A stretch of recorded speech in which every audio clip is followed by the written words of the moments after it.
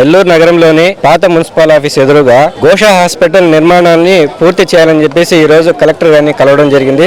ఏదైతే ఈ గోషా హాస్పిటల్ 2018 సంవత్సరంలో అప్పుడు టీడీపీ ప్రభుత్వం అధికారంలో ఉన్నప్పుడు ఈ గోషా హాస్పిటల్ కి శంకుస్థాపన చేయడం జరిగింది. దాని తర్వాత టీడీపీ ఓడిపోవడం, వైసీపీ అధికారంలో వచ్చిన తర్వాత వాళ్ళు చేసిన పనులు ఏంటంటే చుట్టూరు ప్రహరీ గోడ నిర్మించారు, కొంత మాత్రం ఏదో బిల్డింగ్ ని నిర్మించారు. కానీ గడిచిన 5 సంవత్సరాల్లో వాళ్ళు అదే తప్ప వేరేదేం చేయలే వైసీపీ ప్రభుత్వం.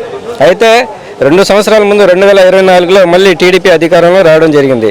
2 సంవత్సరాలు గడుస్తున్నా కూడా టీడీపీ అధికారంలోకి వచ్చి వాళ్ళు శంకుస్థాపన చేసినటువంటి గోషా హాస్పిటల్ని పూర్తి చేయకపోవడం చాలా బాధాకరమైన విషయం. ఏదైతే మెటర్నరీ హాస్పిటల్ అది ఏదో సామాన్య ప్రజల కోసం, అది ఒక ముస్లిం సంబంధించింది కాదు, ప్రతి ఒక్కరికి సంబంధించి మహిళలకు సంబంధించినటువంటి హాస్పిటల్ అది. ఆ హాస్పిటల్ పూర్తి చేస్తారని చెప్పేసి ప్రజలు ఆకాంక్షిస్తుంటే దాని పనులు పూర్తి చేయలేకపోవడం చాలా బాధాకరమైన విషయం. అయితే నారాయణ గారు దాదాపు 3 నెలల ముందు ఆ హాస్పిటల్ సందర్శించి ఈ పనులు త్వరగా పూర్తి చేయాలని చెప్పి అధికారులు కూడా సూచించడం జరిగింది.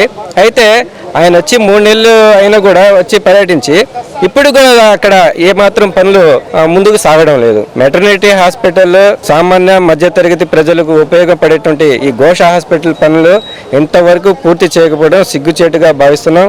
మళ్ళీ టీడీపీ అధికారంలోకి రావడం, అదే హోదాలో మంత్రి నారాయణ గారు మున్సిపల్ శాఖ మంత్రి కూడా రావడం, గతంలో ఆయనే శంకుస్థాపన కూడా చేసింది, ఆయన హయాంలోనూ శంకుస్థాపన చేశారు, మళ్ళీ ఆయనే అధికారంలో వచ్చున్నారు. కాబట్టి ఇప్పటికైనా గోషా హాస్పిటల్ పనులు పూర్తి చేసి సామాన్య మధ్యతరగతి ప్రజలకు ఒక కానుకగా వెంటనే అందించాలని చెప్పేసి ప్రధానంగా డిమాండ్ చేస్తున్నారు.